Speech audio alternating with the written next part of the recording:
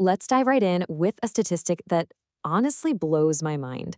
Did you know that 29% of families literally just skip applying for federal aid? And it's usually because they assume they make too much money and won't qualify. Well, because of that assumption, massive amounts of financial aid, we're talking grants, work study programs, and student loans, are just left sitting on the table every single year. Listen, there isn't some magical singular income cutoff that determines if you get aid or not. Schools look at a whole variety of factors, so assuming you won't get anything is a very expensive mistake to make. So, welcome to this explainer. Today, we are going to completely demystify the free application for federal student aid, better known, of course, as the FAFSA. Our entire goal here is to empower you to conquer this application and unlock the educational funding you absolutely deserve. Whether you are a first-time filer or you're just looking for a refresher, we are going to break the whole thing down into actionable, super easy-to-follow steps. All right, here is our roadmap. We're going to cover preparation, the walkthrough, avoiding mistakes, and finally, what happens after submission. Okay, phase one, prepare before you start. Getting your tools together before you climb this bureaucratic mountain is absolutely crucial to avoiding frustration later.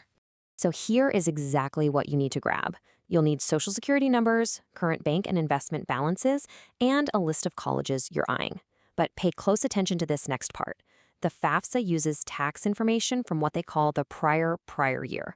Basically, if you are filling out the 2027-28 FAFSA, the form requires your tax records from 2 years ago, the 2025 tax year. So make sure you have those 2025 tax returns and W-2s handy. Now, your crucial first step is creating an FSA ID. This is just your accounts on studentaid.gov. But here's the kicker. Both the student and the required parent must create their own, completely separate FSA IDs. You absolutely cannot share an account. And you really need to do this a few days in advance of sitting down to fill out the form. Why? Because the system actually verifies your identity against Social Security Administration records, and that process can sometimes take up to 3 days. Okay, let's bust some bureaucratic jargon real quick, starting with the word contributor. On the FAFSA, a contributor just means anyone who must provide information, sign their section, and provide consent. So this could be the student, a parent, or maybe a spouse. But importantly, and I know this is a huge relief for a lot of families, being labeled a contributor does not make that person legally responsible for actually paying the college costs. It literally just means their financial information is required to help calculate the student's eligibility. That's it. Which brings us to our next bit of alphabet soup, the FADDX. This stands for the Financial Aid Direct Data Exchange. It's actually a super helpful, highly secure tool that automatically imports your federal tax data straight from the IRS right into your FAFSA. But here's the catch. Providing your consent to use this tool is 100% mandatory if you want to receive federal student aid.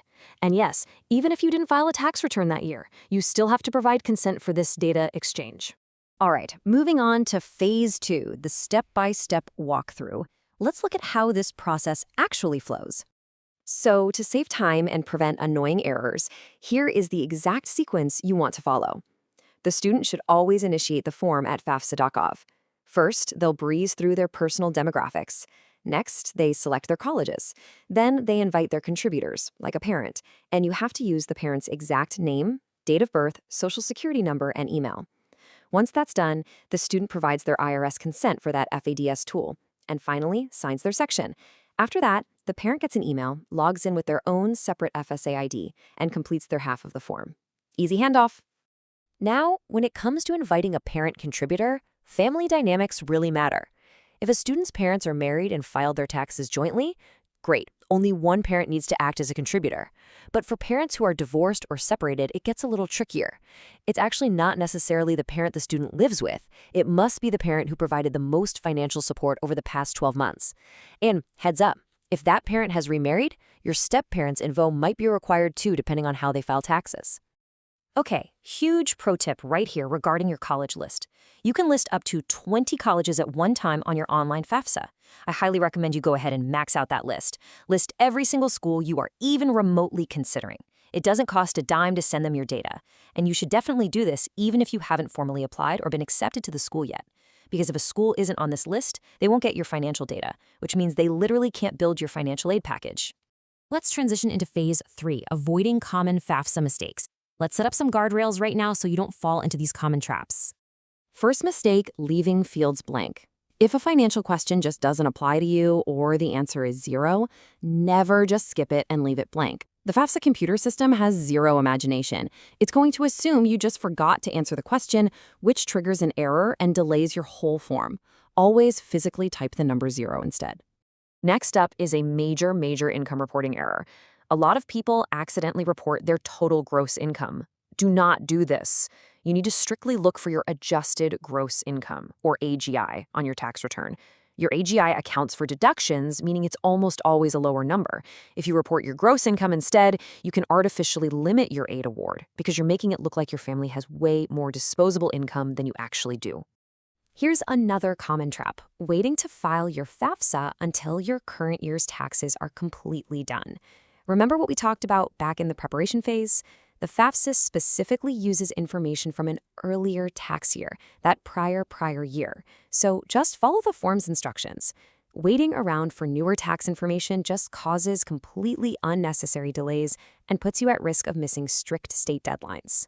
Look, tech issues happen to the best of us, but this mistake will cause massive headaches. If you have trouble logging in, whatever you do not just create a second duplicate FSA ID account. Take the time to use the account recovery options. If you create a duplicate account, it essentially freezes the whole system because your social security number is already hard tied to the original account. It is a nightmare to untangle. Finally, filing late is an incredibly expensive mistake. While the federal deadline might seem really far away, state grants and college institutional funds are very often awarded on a first-come, first-served basis. And when that state money runs out, well, it is gone for the year. Filing as close to the October release date as possible is absolutely your best strategy to secure the maximum amount of money. All right, phase 4. After you submit, you hit the button, so what happens next? Usually, within just a few days of submitting, you'll receive a document called FAFSA Submission Summary. You need to read this carefully just to review your answers for accuracy and make sure there are no action-required items, like a missing signature. But keep in mind, this summary is not your actual financial aid award. You've basically entered the hurry up and wait phase, which is completely normal. To get your final numbers, you just have to wait for the customized award letters to arrive directly from your chosen colleges, and those usually show up in the spring. Now, sometimes things need to be updated, but how you handle it really matters. If you simply made a typo or entered a wrong number on the day you submitted, no panic. You can easily log back in and make an online correction once the form processes. However, if your family experiences a significant life change after filing, say a recent job loss, super high medical expenses, or a major reduction in income, an online correction won't work. For those special circumstances, you must contact your school's financial aid office directly. That way, they can review your file and manually adjust your aid package based on your new reality. So, are you ready for this? By following these exact steps, preparing your documents early, understanding the jargon, and actively avoiding those common traps we just covered, you are perfectly positioned. You can absolutely tackle this bureaucratic mountain efficiently and secure the best possible financial foundation for your educational future. Just as a quick disclaimer, every single family situation is unique, so definitely consult your own financial advisor, tax pro, or official sites like studentaid.gov for your specific circumstances. But I want to leave you with this final thought. The FAFSA isn't just some boring bureaucratic form. It is quite literally the key to your future.